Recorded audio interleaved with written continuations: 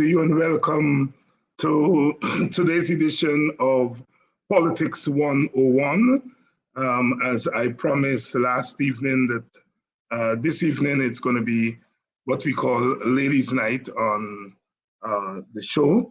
We have as our guests Tabitha Sarbo Halley and Amanza Walton Desir, and they're both members of parliament, and we haven't seen them in this neighborhood for quite a while, and so we thought we'll invite them to come tonight to zero in on issues in the news. A lot has been happening in recent times, and we would like to get their perspectives on the issues. I'd like to welcome everyone, wherever you are, whether you're in Guyana or the wider Caribbean, whether you are in North America or in Europe, wherever you are in the world, and Guyanese are all over the place. There are also non-Guyanese who tune in to the program. If you're in Africa, where the de facto president is visiting Ghana, West Africa, and from what we've been hearing, he has been spreading a lot of his propaganda there in Africa. You know, the fellow is very adept at lying with a straight face. But of course, that compels us to do some outreach to that part of the world so that we can set the record straight. And of course, part of what we would have to do is to send them Mr. Ramotar's recent discovery that international forces, international and multinational corporations would determine the makeup of our parliament, and they would set up small parties in order to do that. So he was warning his PPP comrades that they have to be careful of this discovery that he made, that going forward, these external forces would meddle in our elections, and one of the methods by which they would do so would be to set up these small parties and use the proportional representation system to do that. And I had to make the point this weekend in my column that I completely agree with President Ramotar, but I know that he is a good guy, but he got his tense a little bit mixed up. You know, he was talking about the future tense when, in fact, what he was telling Guyanese was something that happened last year. And I hope that when the opposition sends its rebuttal to Mr. Jack Deo to West Africa, that they will include from his brother, comrade Ramotar, who enlightened us on external intervention in Guyanese politics. So there we are. If you're in West Africa and you're Guyanese and you need to help us get that stuff right. It's October. It's this is quite a month. It's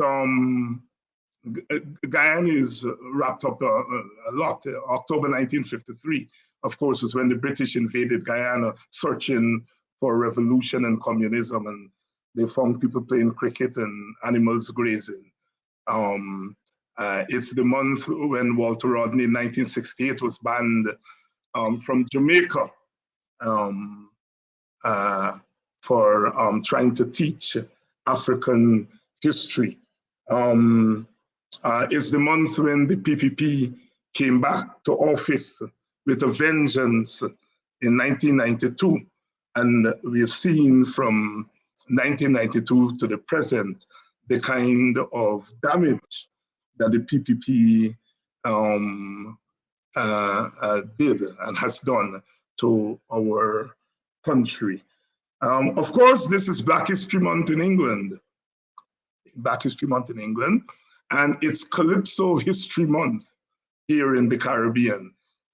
So it's quite a loaded month. It's the month that they celebrate Mr. Christopher Columbus. In America, they have a day they call Columbus Day for that man who was described by the mighty shadow as a liar. Columbus lied. Columbus is a damn liar. He didn't tell them that he had to run from Apache. He didn't tell them that he discovered a place that was already discovered by people. It's the month when we remember Columbus, and we should go look for him and bring him to find all the graves that he left behind. The genocide against Native Indians, plantation slavery that brought Africans here against their will, and then later on,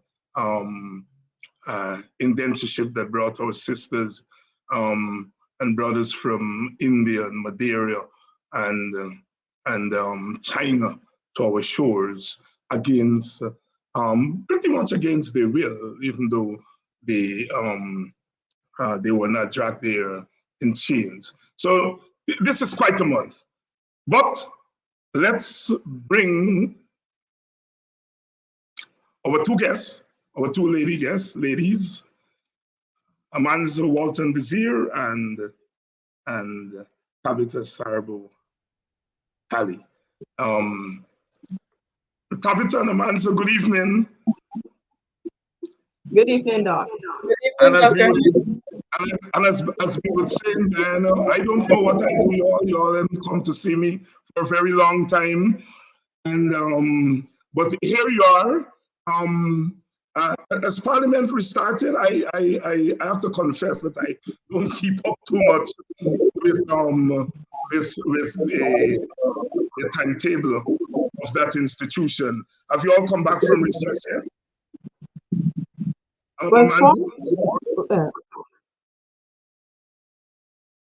Yes, Amanda, are you all back from recess? It has not been formally reconfirmed. Recess. Are we having some technical problems there? Are you hearing me, Dr. Yang? Yes, I'm hearing you. Okay. There seem to be some. Yeah, we're getting some feedback from somewhere.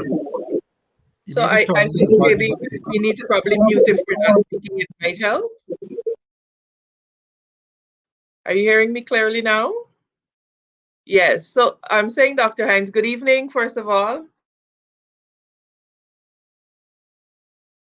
Back to our Muslim brothers and sisters. And Parliament, the recess would have ended on the 10th of October, but we have not received any official notification of when the next sitting is going to be. So we are basically waiting for that to be convened. And what are some of the issues we can look forward to be highlighted without giving away secrets? What are some of the issues that are on the order paper for the opposition? Tabitha, anything you have there? I know before we went into recess, we had a number of motions. One would have been calling for no confidence motions in both the Minister of Home Affairs and the Minister of Health. So that would be top of the list of what we'll be going into this session dealing with, because we believe the handling of both their sectors have been abysmal, and they really deserve to go and find new people who are really interested in developing the health sector and home affairs.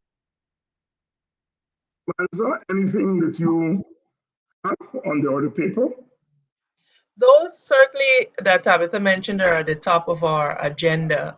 I believe that we will continue to the work of the PAC will continue apace, as well as the various subcommittees, the sectoral committees. Some of them have been lagging, and so we intend to begin to pick up the pace as it relates to these committees.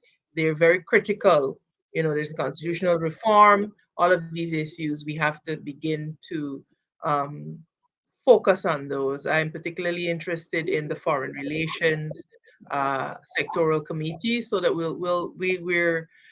we have a very packed agenda, because as we continue to maintain Dr. Hines, Parliament is a fundamental part of a maturing democracy. And so it is not something that we can do away with or not attend as we please. It is certainly a very, very important mechanism in building a democracy. And so there will be a very packed parliamentary agenda for the opposition. But those issues are the ones that you will see out of the blocks as soon as we reconvene. Well, I'm glad you raised that point, and I'm sure I may have asked you and Tabitha both this question before. We have a very impatient base out there, understandably so. Whenever people are in opposition, they are generally frustrated with the institutions of the country. And one of the institutions that has come under great fire from your supporters, meaning opposition supporters, has been the Parliament. I'm sure that would change if the government were to change and the opposition were to take control of Parliament. But I'm sure you all appreciate that people are some or the other frustrated with Parliament and don't see the Parliament as being an important tool of the process as we are engaging it at the moment. And you parliamentarians have come under a lot of fire for quote unquote wasting time in Parliament. And you began there, Amanza, to put the Parliament within the larger context of a maturing democracy. But really explain, and both of you here, explain for our people why the Parliament is important to this process of anti-dictatorial struggle. Because that's what we're in. We're in the process of a struggle against an authoritarian regime, a regime that is acting in a commandist way, a regime that is acting in a dictatorial way. And while we understand the importance of the Parliament in a maturing democracy, try and put the Parliament in that context, in the context of the anti-dictatorial struggle. Amanza, I'll start with you, and then I'll come to you. Well, look, Dr. Hines, let me start from the word Parliament and the word for which it is derived. It is derived from parler, as you know, which means speak, to speak, the voice of the people speaking. And it is very, very important that those who elect us, and let me start by saying I understand the frustration. We are in it and we get frustrated as well. But at the same time, we have a duty to provide leadership. And so we cannot simply give up because we are frustrated. We have to continue to meet the dictatorship at every level, in every arena. We must be able to fight them, and to be able to confront is the better word, to be able to confront their dictatorial tendencies. And so if you go back to Parliament, Parliament is intended to be a mechanism through which there could be peaceful, as it were, resolution of issues, peaceful and binding resolution of issues, where the voice of the people could, and there's a mechanism for them to be heard. And so from that paradigm, we understand why it is important for us to go to Parliament and to speak. Now, I started by saying that I am of the firm belief that Parliament is important for a maturing democracy. The legislature is a branch of government. And therefore, in your struggle against dictatorship, you cannot abandon the conflict or the confrontation in one arm of the government. You have to be able to fight the battle on all fronts. And so I think that is where we must be applying our mind to, not just abandoning Parliament, but how do we morph, how do we metamorphose into that organization, that movement that can confront dictatorship at every level, not one at the expense of the other, or not one being elevated above the other. And so I think that is the immediate challenge before us. How do we rise to the occasion of building this nation? Because we are a parliamentary democracy. And there's no running away from that. And so my encouragement when I speak to our people, I speak to our base, is that I understand that you are frustrated, but we have to win the war on all fronts. We have to wage this battle on every front. And I'll cite one very quick example. We, without the ability to question, the Minister of Health would not have known about Sputnik and the serious, serious implications for the health of the Guyanese people with the manner in which that vaccine was procured. We sounded the alarm, but we were able to make those discoveries because we were able to confront them in the National Assembly. Outside of the National Assembly, they had no obligation to answer, but because there's a parliamentary mechanism set up for them to be accountable to the people, because we are the people's representatives, we were able to come to the understanding of just how corrupt and how distasteful that entire transaction was. And so that is just about one small example. So just to recap, I want to encourage our people to let us start seeing beyond choosing one form of where we wage this battle as against the other, but we must be able to fight on all fronts.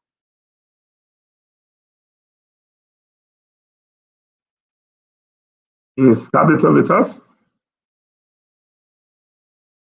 We seem to have lost Tabitha. Amanza, you recently weighed in on this question of the environment, and you issued a statement on this whole question of the nationally determined contribution. And this had to do with the environment, and that the government was hurrying to put something together to meet a deadline, and they engaged in what you called a sham engagement. Expand on that and explain for people the importance of the environment and the danger of how the PPP is handling this issue. You have to unmute. Sorry about that. Yes. So, look, let me start off by saying that Article 149J of our Constitution imposes on the government a duty to preserve the environment for the present and future generations of Guyanese. It is a duty that they have. It is a duty enshrined in law, in the highest, the foremost law of the land. So let us establish that clearly. In other words, Barry Jagdeo can't do what he wants or do what he feel like, or just wake up a morning and unilaterally decide that a process that or a product that was the result of nationwide consultation with the Guyanese people, of the Guyanese people determining that this is the direction that we want to go, he cannot unilaterally decide that this will not work. Barry Jagdeo's opinions cannot be the basis of our climate commitments. It simply cannot work. And so, we spoke up because we saw that we were heading down a very dangerous path. Listen, the mandate of government comes from the people. And therefore, Barry Jagdeo is not in receipt of a mandate to vary in the manner that he proposes to, our nationally determined contributions. And so we want to make it very clear, because after we made our statement, he proceeded to, as he does in his usual fashion, engage in ad hominem attacks and try to paint us out as disruptors. But we were simply making the point that you must consult with Guyanese, and consultation must be meaningful. You cannot simply have a meeting with a token few invitees and tick a box to say that you have consulted.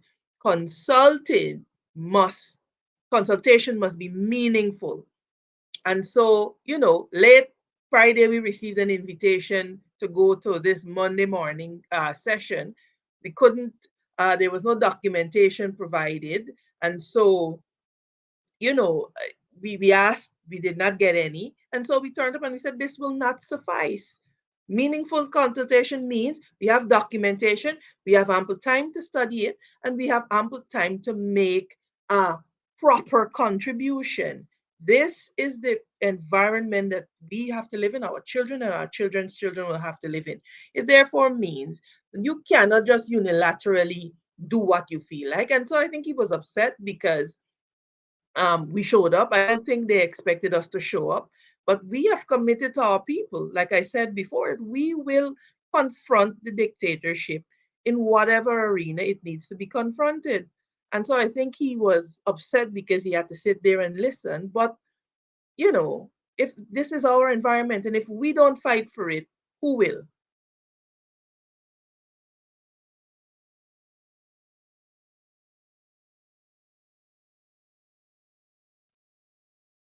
Doc, you'll have to unmute.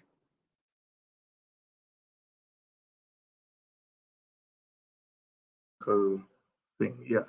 I'm saying that let me read part of your statement and get you to elaborate. You said in part, we are being told that we have ceded our decision-making responsibilities into the hands of one person, the vice president. The vision touted by the vice president, a new heavy industry and heavy pollution-led development strategy, and this nation wealth privatized in the control of a few select businesses will set Guyana on a downward spiral that cannot be easily reversed or corrected. Elaborate.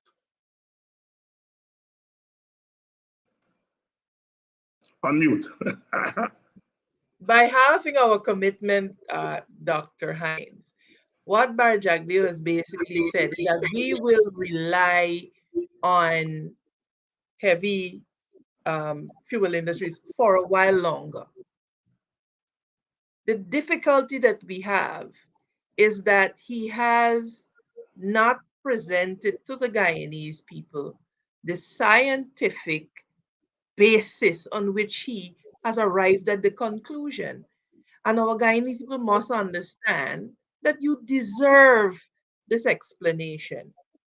And so if Bar Jagdeo had come and had adumbrated this position after some lengthy public consultations or some kind of paper presented to the public by the technical experts, then one could possibly understand how he has arrived at this decision. But that has not been done. What he has sat there and said he knows, he's more experienced than all of us combined. And so he has decided that this is what has to be done. And that is unacceptable to us. And it ought to be unacceptable to every Guyanese. He cannot just unilaterally make that decision. What are the consequences of that kind of policy? What are the consequences for the environment? What are the consequences for development as a whole?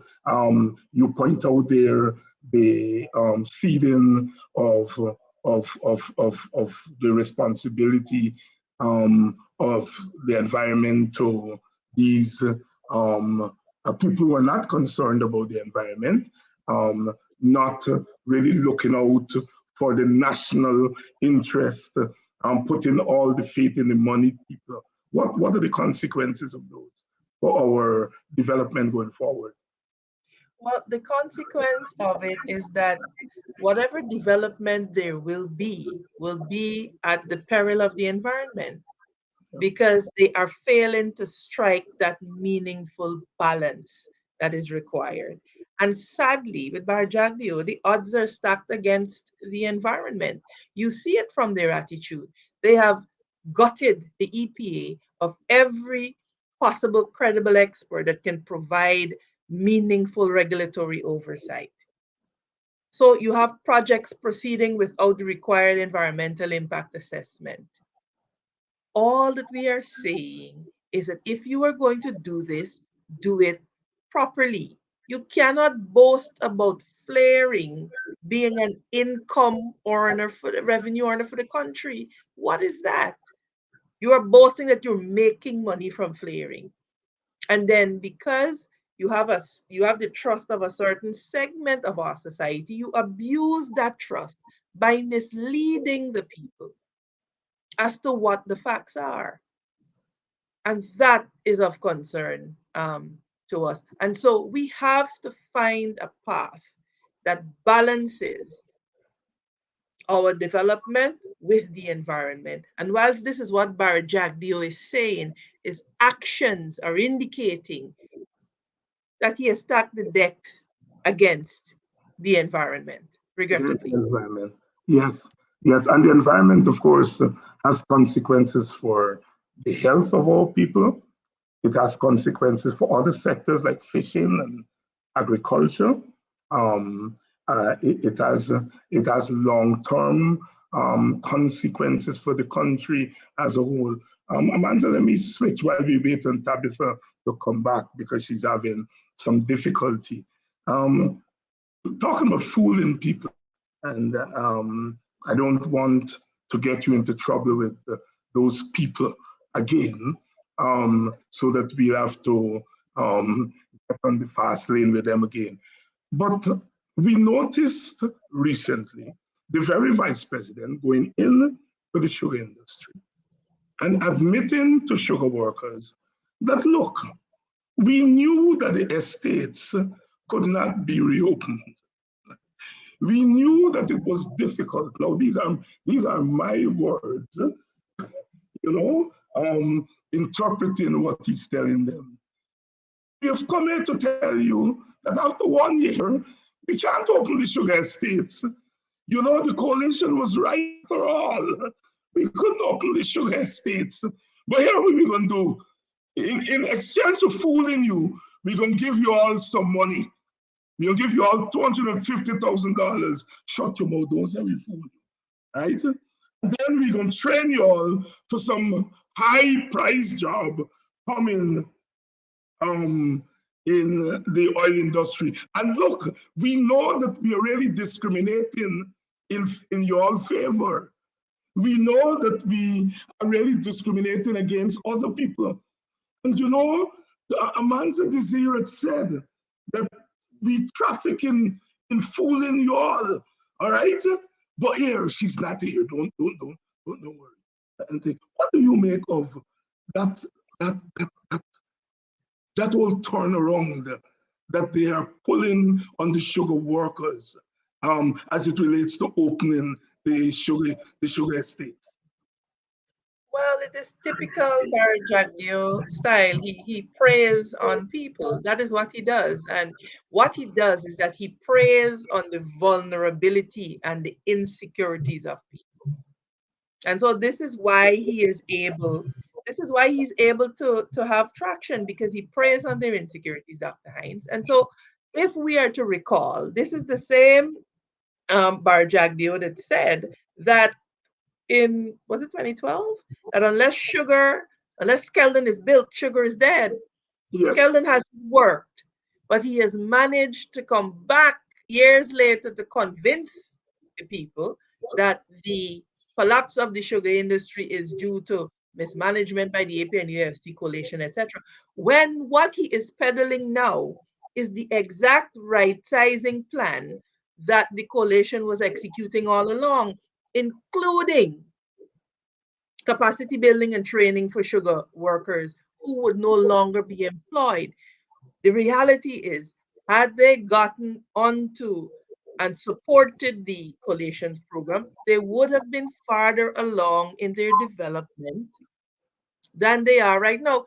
The right sizing of the industry would have been farther along. They would have been more positioned to be able to work in an emerging oil and gas industry. Now, mind you, whilst he is saying home here that he is asking the uh, oil and gas industry to employ sugar workers as they will be upskilled, he's in Ghana saying that we don't have the skills, and so we have to import skills. And so this is why he has to be called out at every turn, because he insists on deceiving Guyanese people. He insists on deceiving their supporters. And he continues, and he and his cabal and his friends continue to make off like bandits at the expense of the Guyanese people. And it is for the Guyanese people to say, look, fool me once, shame on you. Fool me twice. Yeah. Is Tabitha back with us? Yes, yes, I am. Yes, Tabitha, weighing on this whole thing, because here is the vice president promising the sugar workers $250,000 each, and promising to train them so they can get these high-paying jobs. These are sugar workers who have gotten their severance already. Is there some discriminatory politics going on there? Well, yes, quite frankly, it is discriminatory, but I think Amanda's point should be noted. It's a lot of things that are happening at once. First, you have to, what we see happening is, one, the gentleman had to, first lie to the population as to what it is he can actually do. But now that he is in the seat of government, he now has to deal with the realities of the situation. And the reality is that they have no better plan than the plan that was there before they got in, which is what the APNU AFC was doing on not only the sugar issue, but all of the other issues. And I'll get to that a little bit later. And so what he is doing is just using different words, but basically it's the same plan that we started, because the recognition since they were in government was that they couldn't maintain sugar how it is currently existing, and so we had to do something. They did close down sugar industries. It's not like if the APNU AFC came in and closed down all the sugar industries that ever existed in Guyana. So there had to be, in the PPP's mind, that they could not sustain the industry as it was before 2012 or during that era. So the reality is that, one, it is a case, one, that he had to lie to get the support, and now he has to deal with the realities as it is. And in that case now, how do you deal with it? Can you now go to the people that you said you were going to get them employed back in the sugar industry when you know you cannot? And as every day passes, they're recognizing that that lie is really a lie. And so what do? Then you now pay. You have to find ways to pay them to hopefully that would reduce the issue. But what he has also now done is cause a split in the sugar industry, because those who are working are saying, but I'm asking for an increase in salary, and you're giving person who already got their severance more monies. And so he's now split his own support base because he has to deal with the lie that he told in the first place. And so that is what we see, and it's going to happen in every sector, because the reality is, what we were trying to do, what we recognized when the APNU AFC was in government, that there were a lot of things that were happening that should stop, and there needed to be a new direction on how it is you develop an economy that is sustainable. And as far as I'm concerned, the PPP doesn't have any real vision, any new ideas. Same thing that they did back in '92. It was take all of Burnham good ideas, throw away the Burnham name, throw away the Hoyt name, but kept the policies that were in the best interest of some, in some aspects, best interest of them and some partly the country. And they're doing that again. So that I wanted to go back, if you don't mind, to the first question that you asked about Parliament. And I think it is important that people understand this, that when we're dealing with a dictatorship, one of the ways in which you respond to them is in those institutions and avenues that forces them to the table. You see, Parliament is there. And if the PPP had their way, they wouldn't want to hold Parliament. They won't want to go to the committee meetings because they would have to answer questions and respond to things that they don't necessarily want to. And what you see happening with the PAC is a good example of that. They tried as much as they could with David Patterson to get rid of him because they made all sorts of excuses as to why he shouldn't be there. What they were doing was stalling the work of the PAC, because once the PAC is up and running, then it will get to their term in office, which is 2020, then they will have to answer some serious questions. We went over that hurdle, and now German Figueres is now the new chair of PAC, and you see Gail Teixeira putting out another statement now. We're asking for 2 days for PAC meetings, but she has an issue, Gail Teixeira and the PP has an issue with having the PAC meetings twice a week, because what it would mean is dealing with the backlog so we can get to where we are today, which is 2020, 2021, and then having to deal with answering the questions of what is happening with our monies in all of these sectors, what they've done over the last year. And so they don't want to answer the hard and tough questions. And so Parliament is important because if you're on the streets, you will get a particular response. And I think the PP is ready for that response, right? They know how to deal with that kind of, you're on the road, they know how to respond to that. But once you're in Parliament, there are questions that have to be answered. And when you have to bring those accounting officers before the committees and they have to respond, or not responding also means something. And so it forces them to act democratically when they're not really in their own sphere, a democratic organization, as far as I'm concerned. And so I understand the supporters on the ground a bit frustrated by Parliament, the whole idea of Parliament, because they say, well, no matter what happens, we won't win because we do not have the numbers. But there are different aspects of Parliament that forces them to respond. And in not responding, it shows their dictatorial nature even more, and that we have that we could also utilize to show not only Guyanese but the world at large just what kind of a dictatorial organization the PPP is, and we need to do that. And as Amanda said, on all fronts, there's boots on the ground. There's a place for that.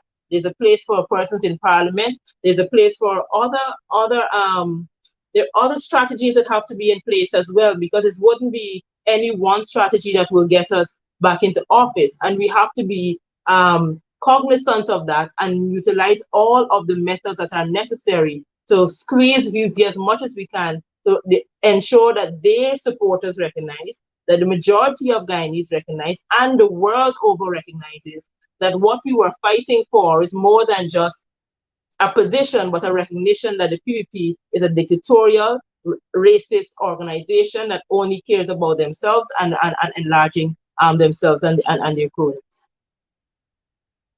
Explanation in tandem with Amanda's explanation of the role of the Parliament when you're in opposition, because when you're in opposition in a Parliament like ours, you are not going to get things passed. You are not going to stop the government from using their numbers to bulldoze their agenda through the Parliament. But what you are able to do is to expose things that they would not otherwise want to be exposed. And that exposure then feeds into the other forms of struggle. Was political science one of your majors in college? No. Before I bring back Amanda, both of you have been talking about Jack Dion's lies. And Tabitha, you grew up in a political home, and so you would have learned very early that a part of politics is about lying, right? So obviously you can't be surprised that you are now in politics and you're confronted with lies. But did you expect it to be as bad as this? Quite frankly, I had no high expectations of the PPP and Jackie. Um, it has gone to a different level. I will admit that. But when you look at what is happening the world over, we recognize that politics has gone to a new low. And so what you see is that the countries that are seen as the bastions of democracy are going through some trying times. All the countries that feed off of that would go in either one direction or one way or the other, depending on who is governing. And so you can't really expect much, especially where I believe that the PPP is fashioning itself off of the Republican Party in the United States. And we see what is happening there. So you can't really expect better from the likes of Bara Jagdeo and those who try to be like him or want to follow in his footsteps. It is worrisome. It is a bit frightening at times because the persons who basically whatever he says they believe, and so how do you counter that? And so that is a bit worrisome. But I really didn't expect much better from the PPP. Better. Amanza, you also grew up in a political home. A lot of people don't realize that. Did you expect it to be as dirty and messy as it is that you're seeing from the PPP side? Oh, I'm not surprised. I'm not surprised at all. When you understand that, when you get into power through nefarious means, you become more desperate as you go along. And as you become more desperate, truth doesn't matter. I mean, to these people, it really doesn't matter. It is now about who says it first and how far the propaganda could travel, which is why I say to our people, yes, there's a place for, the sexy politics as we call it, but there's also a place to sit, to learn, understand, to discern. And this is where it is up to us to be able to break our message down in the most simple of fashions so that, the ordinary man and woman can understand it and understand why it is important that they support our agenda for their development. And so I certainly am not surprised. In fact, you can predict what they will do. So you come out with a statement today, you'll see the trolls on social media tomorrow talking some foolishness, engaging in personal attacks. You know the playbook by heart, which is why we have said we're gonna speak anyway, because you're gonna do what you're gonna do anyway. So we will continue to expose the truth to our people, the Guyanese people. We will continue to speak the truth and to fight for all Guyanese. And if you wish to play gutter politics or whatever, then that's up to you. Let me switch gears a little bit and take you all to another issue in the news, and that is the question of extrajudicial killing. And both of you, I know, would have grown up in the age of extrajudicial killing. It's not something that began now, yesterday, and but something that has been going on in Guyana now for the last 3 decades, which of course covers the time that the PPP has dominated politics in Guyana. I am on record, and I will continue to say that over and over again, that the 5 years of the coalition represent the very first time in our post-colonial politics that we saw a considerable decrease in extrajudicial killing. No political opponent was assassinated. People were not hauled into prison for their political activity. I think it was the most democratic 5 years in post-colonial Guyanese history. So one can't fault the coalition for that. And it would mean that people of your generation got a break of 5 years, But if you go back to Shaka Blair and the young ball player from UG, Johanse, what's his name? And you go back, some of those names, I don't even remember them now, but your generation both of you, your generation has had to deal with this question of extrajudicial killings. When you all first heard of what happened to Orrin Boston in that month, what was your first reaction? I start with you, Tabitha.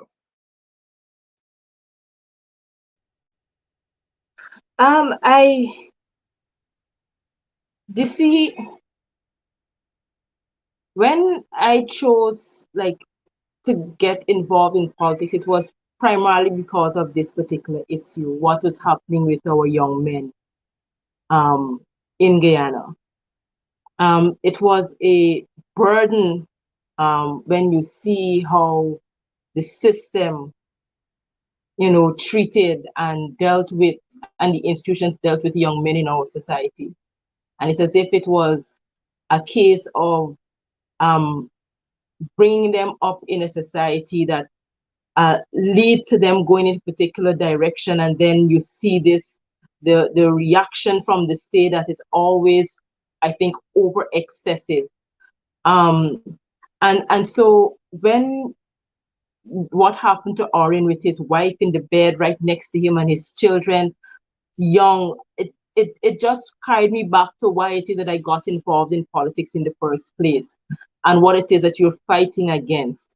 And as you rightfully said, the 5 years under the David Granger administration, we had an ease in it. But I think some parts of our society has also become so desensitized to it that you expect it, you're okay with it, and they don't recognize it when once these things start to happen, how it can creep up and it becomes a monster that you don't know how to quell. And so I think it's upon us as politicians, but to speak on it every time it happens and recognize it for what it is. And I'm speaking from particularly the Joshua Denny situation. He, a lovely young man, doing well, on the right path, trying to do what is right. And two bandits came, they took his chain and murdered him. Very, uncalled for, unwanted, unwarranted situation. Then 2 days later, you hear there was some stakeout, and then these two young men are dead. They're supposedly the culprits of that particular. And then you see the response from the people, which is, it's good they're dead, because they were. And when I saw that, I was like, no, because once you start to tell the police it's okay to just shoot and kill, they're not going to just stop at somebody who may be the actual guilty person. They're going to keep going because they feel that the society is okay and has accepted that once you brand them a particular way, once they are perceived to be a particular way, a person, then it's okay to shoot them. And then it's a ripple effect that happens that we will not be able to pull back. And so I think as a society, as much as we know that crime is on the rise, as much as we know that we want the culprits for each crime to be caught and dealt with, we should never be condoning police killing of anybody. They're not the judge, the jury, and the executioner. That is not how the system is set up. And so we need to be able to recognize that and speak to it every single time that this is not going to be acceptable this time around. We're not going to accept it because if we do, I don't think we like the road that we're going down, especially when we see what happened with Orrin Boston. We don't yet know who is the person that actually shot. They're covering up for that particular individual. And that is also a very clear showing as to what it is that they're willing to do and willing to accept as a state, as the PPP being in government and the Home Affairs Minister being ropes in there. Manzo? Well, I don't think I could put it any better than Tabitha has. She has captured it so succinctly and so clearly. I recall I was at university when Johansa Douglas was murdered. And, we had a vigil and, for several nights and so on Sherrill Street at Section K there where he was shot. And so having experienced the 5 years of peace, and let me say this, every Guyanese who wants to be honest with themselves will acknowledge that from 2015 to 2020 was a period of unprecedented peace in Guyana. If you want to be honest, and then suddenly within 1 year, we are literally back to pre-2015 politics, to the playbook, to the methods. As Tabby says, there's nothing new. And so it is almost like you are a nation suffering from PTSD. So that when these things happen, you have one of two reactions. It's visceral or you're numb. And we have to guard against apathy. We have to guard against apathy. We have to insist that those who would uphold the law uphold the law. Yes, we are hurting. Yes, but if you are going to build a foundation on law and order, then so let it be. Due process is a part of that, and that has to be promoted because you see, I believe, Dr. Hines, that it is feeding into a larger strategy that the PPP has, particularly as it relates to our youth. So they engage in tokenism. So they engage in patronizing a few and criminalizing the other set. And so they would, to appear to be inclusive, they engage in tokenism. But then they have a program of criminalizing and creating conditions which lead to the criminalization of our young people. It has to be a problem that is examined in the larger context. There are socioeconomic issues and other issues that lead to criminalization and to lead young people to come into contact with the criminal justice system. And how are we addressing those? How are we addressing those? It cannot be that we will be content to sing how many more Jah whenever a young man or young woman loses his or her life. We cannot stay there. That cannot be our permanent mode of operation and of existence. And so it is for us as a people to begin to call this thing out for what it is. And I'm talking about from whatever side of the political divide you find yourself. Because the thing is, and this is what I keep saying, Dr. Hines, to the extent that one of us is unsafe, all of us are unsafe. And so do not believe that if you condone the monster, that when it is done devouring everything around you, that it will not come for you. And this is the mistake that I believe, those that support this kind of lawlessness, that they are making, because all will be involved, will be consumed. You know, I'm emotional only because your own emotions are rubbing out on me. After Boston was murdered, I said, I'm done crying. I'm done. I'm done with this. How many more, Jah?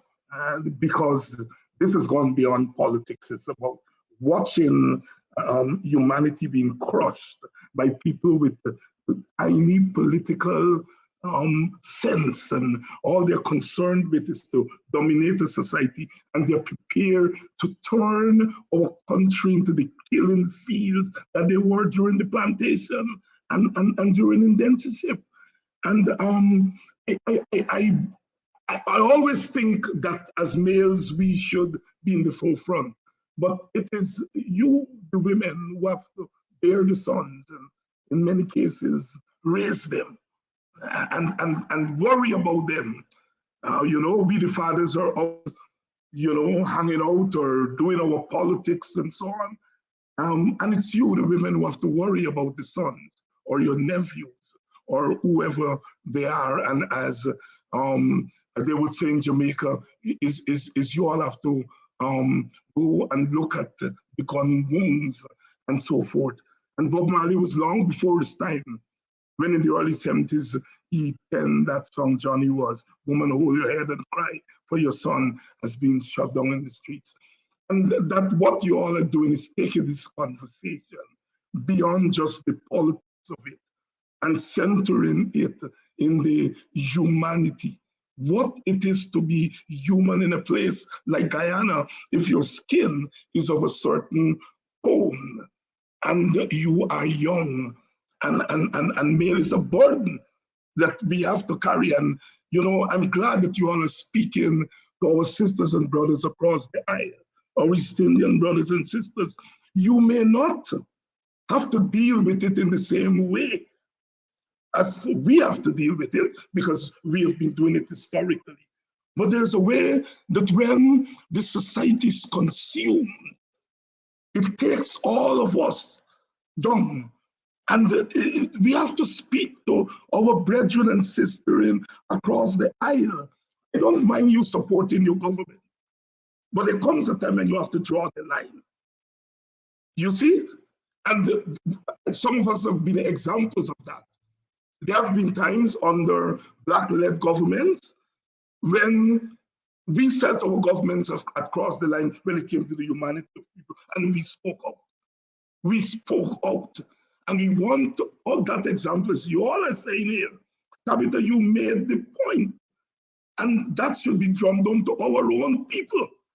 When you condone the killing of a bandit or a criminal, you are really giving the police license to kill all of us, because all they have to do is to say, you are a bandit, you are a criminal.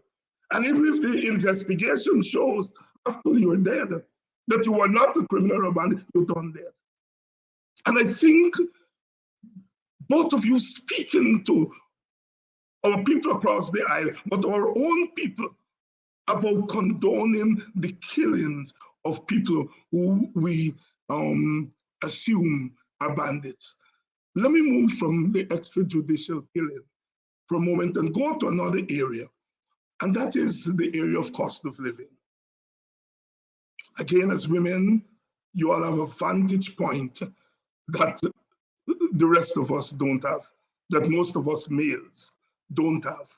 When you saw the numbers of prices going up by 16% and the half-year report, and I know you all have been visiting communities in your capacity as members of parliament.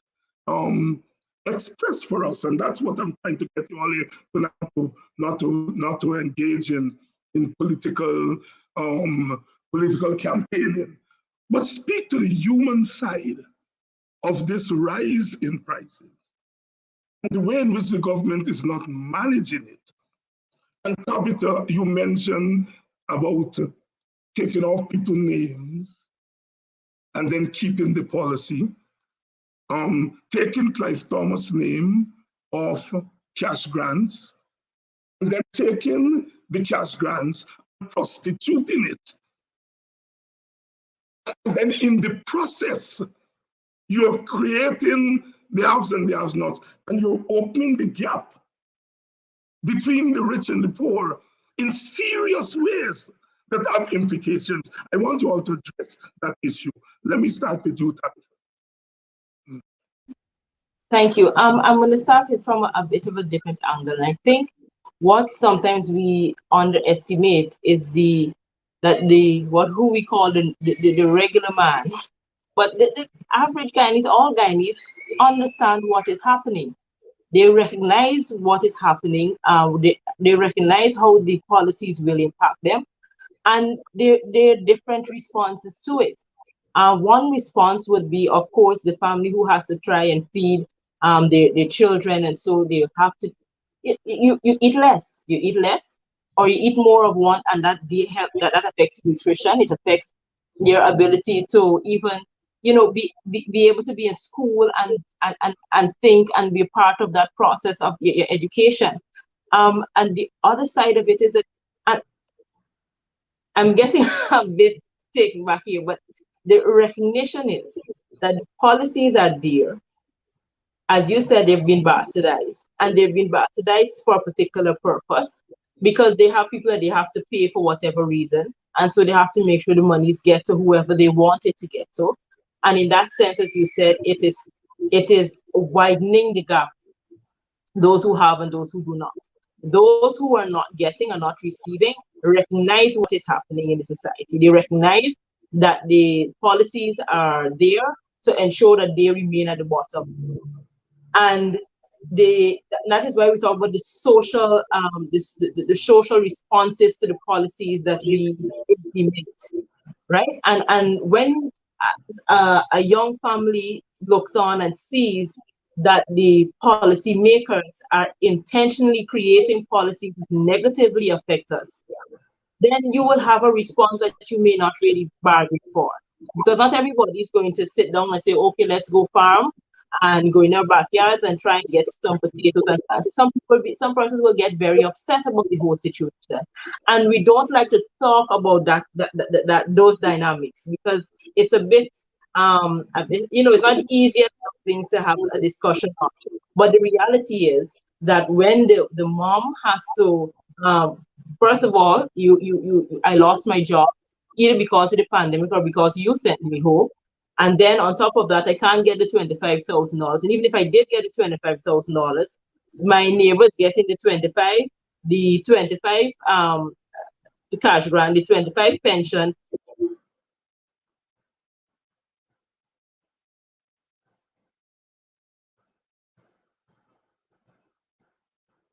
We've lost. I think we've lost Tabitha there. Answer, you can pick up because the question was also meant for you. I think she's back. Oh, you're back. Yeah. Yes. Sorry about that. And Yeah. so when it is rough because when I go into the communities and you speak with the people and they're wondering how do they deal with this? How do we as MPs respond to something like that? What can we do to hold them accountable for the fact that persons are getting monies that they don't really deserve? I'm in a community where it's a farming community. They were expecting that they were going to get some of the monies that were for farmers because they lost all of their all of their resources, all of their produce, and they have not gotten anything from the government because somebody went into the community, they assessed it, and then decided that they didn't need, even though they lost acres of produce, and so.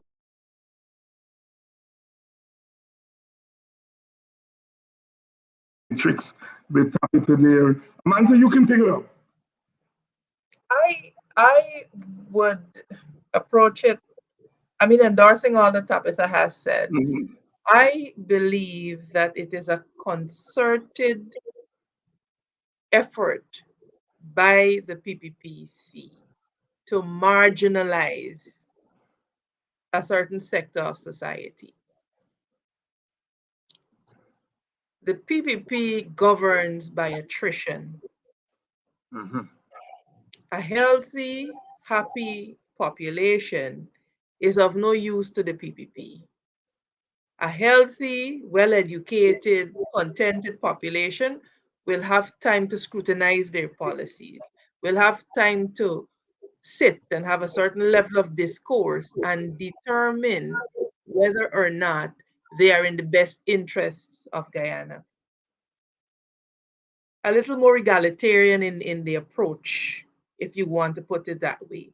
And that is what the PPP is deathly afraid of, because what they're doing is unable to withstand scrutiny. They thrive on fear, they thrive on intimidation, and they thrive on ethnic insecurity. And this is why, Doc, I've always maintained that as Guyanese, we have to have the hard talk on race if we are going to build this nation. We cannot engage in platitudes, and it behooves every Guyanese to call out the government when they are doing wrong. Because the PPPC supporters must understand that to the extent that you support the government victimizing or creating a sector of victims, of people who are oppressed, then you are endangering your own supporters. Because when you create haves and have-nots, the have-nots will come after those who have. And so it is a vicious cycle. And so the only people who are winning at the end of the day is the PPPC elite, who are enriching themselves and their friends and their cronies. Barjagdio is in Ghana talking a bundle of fluff. I only wish that his supporters were listening to him, indicating that we don't have the capacity to execute certain projects at home, certain infrastructure projects at home. Yes, but what are you doing to ensure that our local contractors who have spent years and investment, that they get a piece of the pie? Nothing. You have corrupted the procurement system to the extent that you are now doling out contracts. Your own people are not benefiting. You and a few are making, um, all of the money, and this is what is happening. But he has managed to keep the people so mired in fear that people are afraid to speak out. But Guyanese are from all walks of life, whatever your ethnicity is, you have to begin to find your voice and to speak up. You see, Dr. Hines, oh, the economy has grown by 14%, and you ask the rank and file Guyanese whether they have felt that impact, and they have not. You go into border market, Brenda would say to you, Ma'am, I've been here from 5 o'clock and I have made $800 in profit. $800. And I have to choose between buying food and getting transportation to go home. So I'm going to stay here all day hungry because I have to buy food because I have children at home. Dr. Hines, we are 750,000 people. We are but a small borough in some parts of the US. We are not, we can do better, but it is people to begin to demand more of their government. And I don't care which side of the political divide you belong to. If you see the PPPC is doing wrong, call them out. You see the coalition is doing wrong, you call them out. Because it is only the people that will benefit from that approach. Blind political loyalty will not develop Guyana. We need all hands on deck. We need both sides of the political divide. We need each and all of us to be able to do this. We have to start looking at a viable economic model. Trickle down economics don't work. This is why you can have 14% growth in the economy, but you cannot afford Bora in the shop.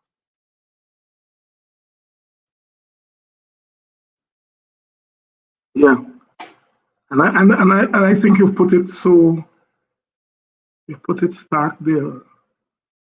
I've been here all day, made $800 profit, and it is that human side of our politics that, in some regards, allows the PPP to get away because we don't spend. We know their politics are terrible. We know the big things that they do, but we often don't recognize the violence that they do to that woman who told you that all she has made is $800 profit for a day, and she's wondering what to do with that $800. That is, we are losing as a people our humanity. How do I sit by as a human being, as a mother, and see hampers being shared out by the government? I may be an Indo-Guyanese. My neighbor may be an Afro-Guyanese. How do I, as a mother, what is it? What is it that is happening in me that I'm okay to have another mother suffer and not raise my voice? How is it? How is that okay? It is not okay. So we are losing our humanity. We are losing our humanity. We are seeing this grand display on the world stage, Doc. Our young people performed excellently in Dubai this morning. I was so proud looking at them. I was so proud. And I thought, my God, if this spirit could actually permeate the lives and hearts and minds of every Guyanese, where would we be as a nation? We cannot build Guyana and lose Guyana's soul. It will not work. And the PPPC, they are forcing Guyanese to lose their humanity in order to exist. Yeah, yeah, yeah, yeah. I'm so glad for this conversation. You know, Mr. Rafidev referred to me this past weekend as a memory warrior, who tries to get to the emotions of African Guyanese and to use it against the PPP. And I plead guilty. I am a memory warrior. I am not just for the sake of politics. I am for the essence and the humanity of politics. I am for that woman who sat there all day and make $800 profit and don't know what to do. That's where I come from. That's where you came from. That's where Tabitha came from. And we may not be there today because of education and other benefits that we were lucky to get. Because at some point, somebody made education either free or affordable, that you and I and Tabitha could go to schools and universities. And Dr. Hines, yeah. You said this, and I am one generation away. I'm one generation removed from walking and vending. Yeah. So when I see children with baskets on their head, I am Mm-hmm. one generation removed from that. Mm-hmm. Because Yeah. that was the life of my mother and her sisters. And their mother insisted that you got to go to school. And my parents insisted, listen, education is your way out. Now you have a conspiracy of circumstances because you want to tell the children education is the way out, but they go to school hungry and they can't concentrate. Yeah. Science shows that the leading cause of children not being able to learn or underachieving is malnutrition and hunger. Yeah. And this is why a program like Breakfast in Schools was important, because our children cannot absorb and taking anything if they are hungry. The point that I think we both are making, Doc, is that we cannot be quick to brush away these programs as political rhetoric. You hear a lot of criticism about the 5Bs initiative.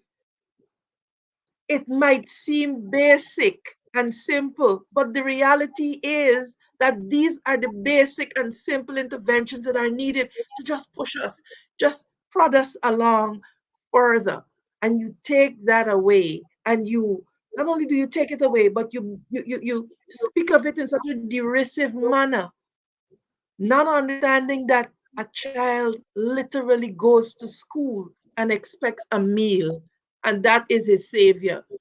And that meal makes the difference in whether he will be a doctor or whether he will drop out of school, because it makes a difference in how he learns, in how he thinks. This is the level of discourse that we must begin to have in Guyana. This is the level of discourse that we must begin to have in Guyana, Doc. We are too basic sometimes in the way we assess issues without stopping to understand that it might be deeper than we think, it might be wider than we think. So let me ask, how are you experiencing this? This is how I have experienced this. Shared discussion, shared discourse. What you see even on social media is a rabidness, is a rabidity that is, it's it's scary. because it's saying to me that we are going down a path that if we do not check ourselves as Guyanese, our children, we will not be here, but our children are going to be here. And we would have eaten sour grapes and their teeth would have been set on edge. Mhm. Mhm. Manzo Walton Desir, is Tabitha with us?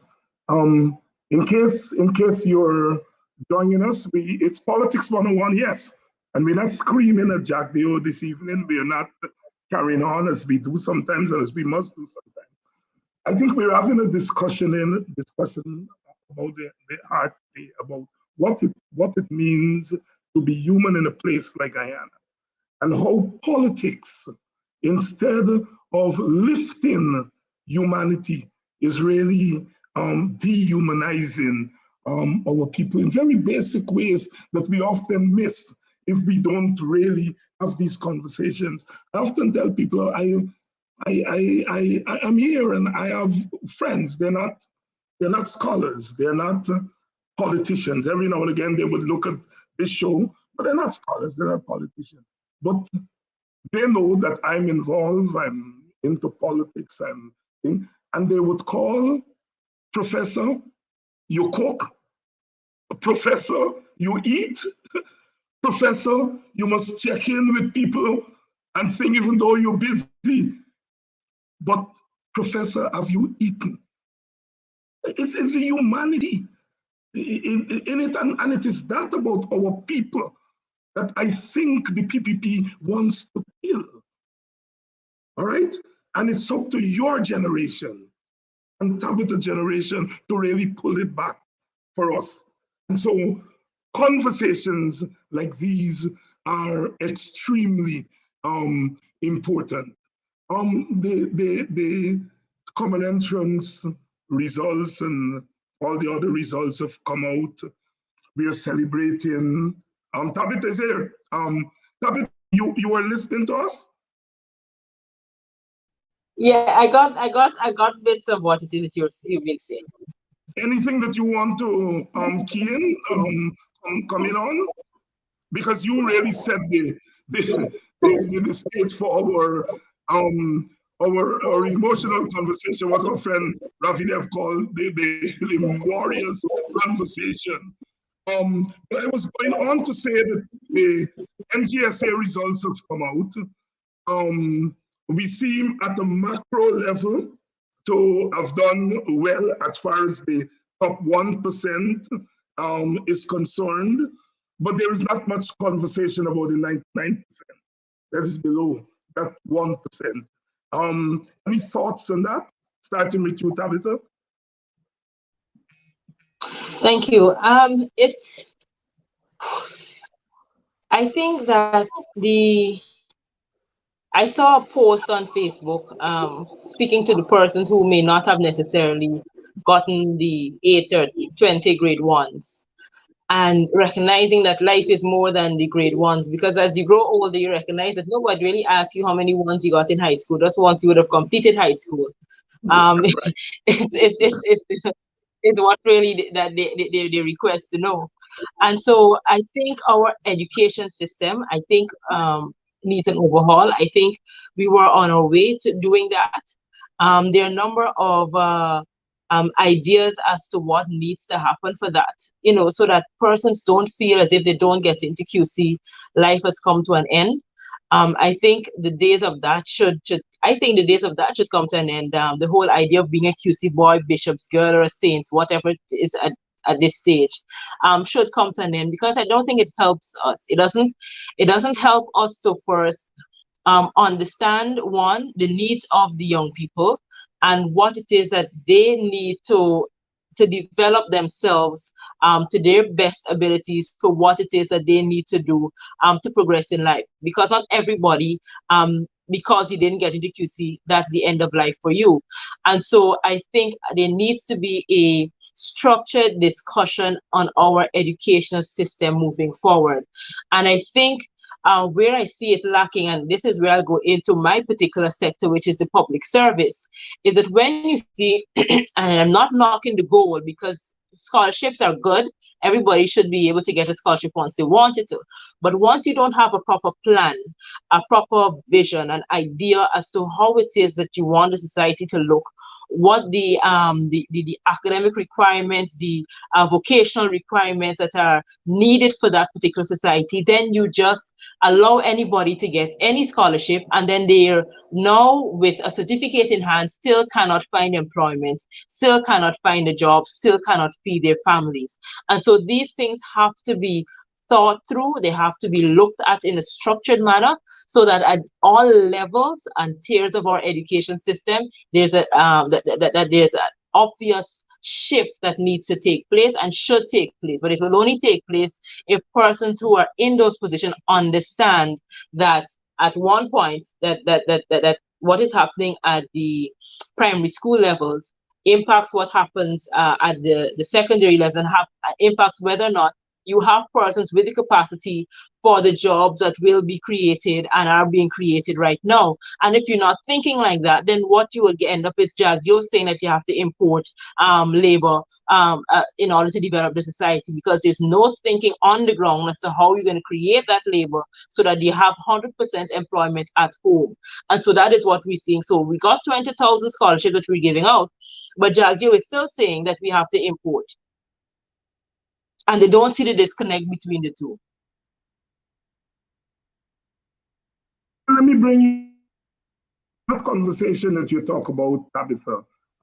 David Granger, even before he became president, talked about apartheid in the education system in Guyana. And when he came to power, he had begun to deal with that question of not just racial apartheid, but social apartheid in the education system, something that Burnham, to his credit, attempted to deal with, so that bishops and queens were no longer at the pinnacle. You know what?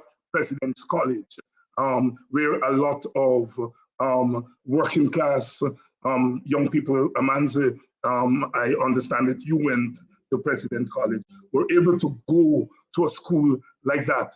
But it's a conversation, Abit, I agree with you, that one has to keep renewing, because as the society changes, and our society is going through a fundamental change, the politics aside, we're an oil and gas economy.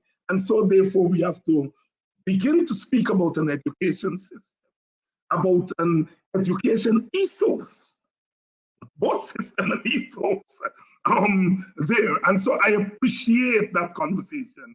And I cite Granger's thesis of apartheid in education to say that that is an unfinished conversation and an unfinished process that we have to deal with. Amanda Desir, your thoughts? Dr. Hines, it certainly is a conversation that we must have. And what a topic to bring us around the table than the education of our children and the education of our nation. The reality is, however, that the PPPC government is interested in continuing education apartheid. And that's just the fact. That is just the fact. You see it in their policies. It is in their nature to do this, to be discriminatory, and to have this approach. And so you may wish to come to the table with the best of intentions. You may wish to have a conversation, but the paradigms are completely different. And so how do we then find common ground with such different paradigms? You have one group of people who are bent on domination at all costs, even if it means injecting into the education system the same have and have not type ethos that we were talking about in the wider economy. It is the same mindset, except crystallized and concentrated into a certain sector. And that is the reality of what it is. And I keep saying to my dear Guyanese brothers and sisters that we will be the only ones to lose if we do not speak up. The vice president is talking about importing labor. He has not mentioned the unprecedented brain drain that has happened under the 23 years of their rule. He has not indicated that Guyanese who are forced to leave their land are welcomed back home to invest their considerable skills, knowledge, and expertise that they would have acquired, and we will pay them a living wage. But you're gone to Africa to talk about importing labor. There is no vision for the sector. He is, for Guyana, he is transactional. He speaks as the occasion, he perceives the occasion demands of him to speak, and there is no plan whatsoever. No plan for Guyanese.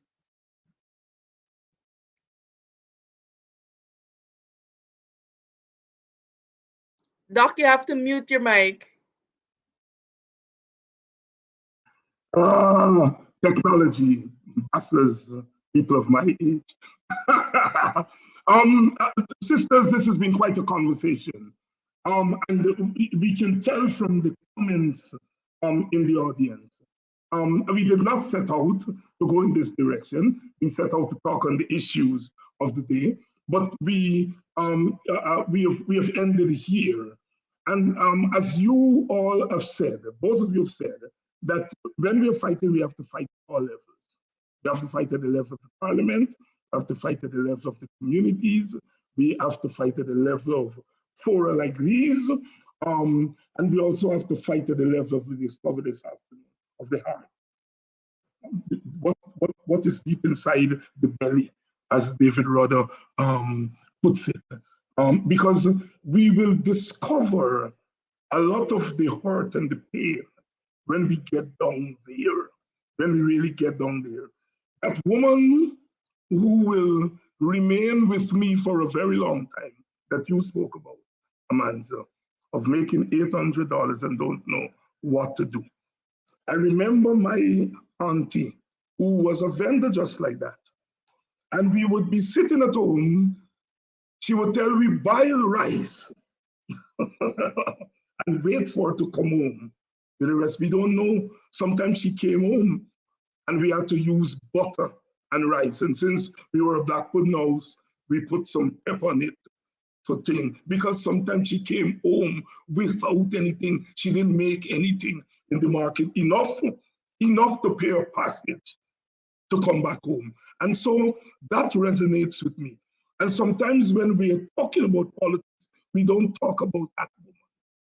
And there are so many women like that are existing out there. And the fact that we have centered them tonight, it has broadened our conversation, it has broadened our perspective and our view of the enormity of what we are dealing with. And so therefore, I'm not letting you all politicians and parliamentarians off the hook, but I think you all have made your case tonight. Closing thoughts. Tabitha, starting with you. Thank you. Well, I really enjoyed being on tonight. I think, as you said, not the direction you were going in, but I think it's a conversation that needs to happen. I think as a society that there's so much we can do, and the potential is great, but we have a burden that we have to, I think, get rid of one way or the other. As a society, we have to make a decision whether or not we can continue like this, whether or not we are going to be okay with any one side or one grouping in the country believing that they're unwanted, that they're not going to be catered to, and that the government will not work in their interest? Or are we going to recognize that for the society to move forward, that we have to work together? That is the bottom line. And if we decided we have to work together, and then there's some things that we have to do, and some very hard decisions that we will have to make. And so it's a tough place that we're in right now, but I think it's also it's a place where it allows us the opportunity to make some very, we have to have some conversations with ourselves. Let's put it that way. What it is we want for our country, what it is we want for our children, our children's children, and what it is that we need to do individually and as a collective to ensure that we get to that space. Because where we are right now, it doesn't augur well for the future of our country and future generations. So we have some very hard conversations to have and some very difficult decisions to make. But I think once we make those decisions, it will be for the best interest of all Ghanaians. Thank you very much. Amanzo? Dr. Hines, there are some hard conversations that we need to have, and we have to have them now because time is of the essence. Guyana is at a crossroads. We are at a crossroad in our history, and the path that we take now will determine our future. It might sound simple, it might sound simplistic, but that is the reality of it. We have to begin to reclaim our humanity. We have to begin to reclaim being our brother's keeper, irrespective of what the texture of my hair may be. We have to begin to reclaim those values that, our foreparents had and taught us. We have to begin to harken back to our history, Dr. Hines, and to understand where this seed of division, when it was planted, bearing in mind that it was not always like this, but that when the Africans were brought here as slaves, when the indentured laborers came, beaten and broken from their long trip, they were bound up and tended to by slaves, by now, the now freed slaves. And so that is the history that we have. And so we have to be honest about where this seed of division was sown and why we continue to reap the bitter harvest. Because I guarantee you, those that sow the seeds of division and strife have just taken on a new guise. There's a new plantocracy in Guyana, whether we want to admit it or not. But we, the people, now in this new time and in this new space, we have the opportunity in the midst of all of the chaos, in the midst of all of the disenchantment, in the midst of all of the pain and struggle, there is a golden opportunity for us to rise up as a people and make a difference. I want every Guyanese to go back to this morning's showcase, the cultural showcase, and to look at it and to meditate on it and to allow what we saw this morning to begin to be imprinted in our psyche so that we can get up tomorrow morning. And when we go into the office, when we go into the bank, when I go to the counter, I do not treat this person differently because she or she looks a certain way or they have a particular ethnicity. That is where the real change begins. Racism, victimization, dehumanization cannot happen unless you have willing participants in the people. And the people have to begin to refuse. No, I will not treat my fellow Guyanese this way. No, I will not implement. They can't fire and victimize all 700,000 of us if we determine today that it stops now. And that has to be the message, Doc, from both sides of the political divide. I refuse to victimize, dehumanize, to frustrate my fellow Guyanese because they may be different from me. They may look different to me. They may have a different political persuasion. I will not be a part of a system that does that. And if every Guyanese, in whatever position they hold, resolves that in their mind, Guyana is different. Guyana is different. In a month, Guyana is different. And so, Doc, those are my thoughts. Thank you very much, Amanzo, and thank you. Guyanese. Yes. Yeah. And thank you very much, Tabitha Sarbo Ali. Thank you all for enriching our conversation tonight. Thank you all for making us proud because we have to talk about making us proud. Because somebody somewhere said that we were worth nothing. Somebody somewhere said the place for Black women was to only support their men and to be in the background. But somebody is saying today that no, our women, our young women are going to be in the vanguard of our struggle for a better Guyana. Our struggle is not just to remove the PPP, that's a means. The end, our struggle is for a humane Guyana. And often that burden is left to those who are usually kicked around. And it's for us to amputate that leg that is kicking us around. And for us to stand firm as Guyanese. Thank you all so much for coming on. And thank you all, the audience, for being so gracious with us tonight and to take all of this in. On Thursday, it's going to be the town hall meeting with Mr. Dr. Richard Van West Charles. Please ensure that you all register so that you can come into the studio to answer your question. Let me just recognize my operator and the producer, Mr. Andrew Weeks, who works behind the scene. Every show that we have, you may hear his voice from time to time during the call-in period, but he's here all the time, directing the stuff behind, helping to make the show. And sometimes we recognize the face in front of the mirror, but not those hands and minds that work in the background. I'm sure you agree that tonight's program was explosive.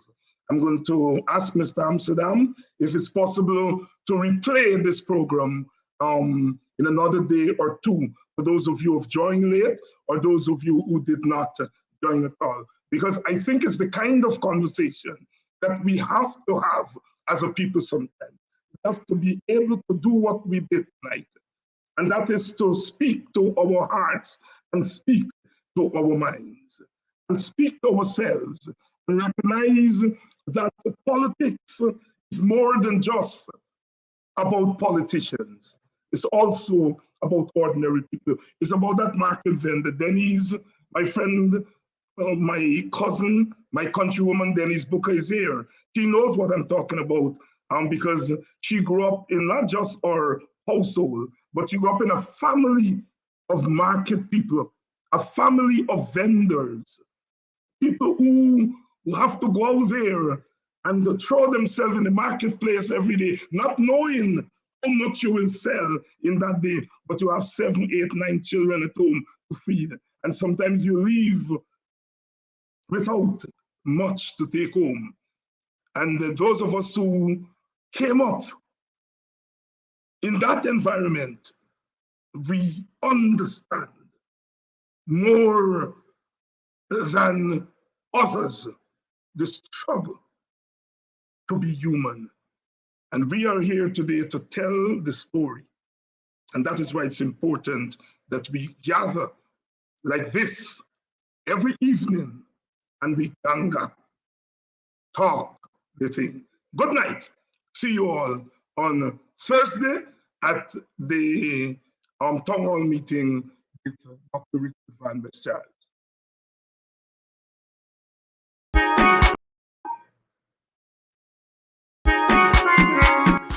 Please help keep Politics 101 on social media and broadcast television. If you are in North America, please donate via Cash App or PayPal. If you are in Guyana and the Caribbean and don't have access to Cash App and PayPal, email your pledge to dhines6106@aol.com and we will direct you how to get your donation to us. Thank you in advance for your donation.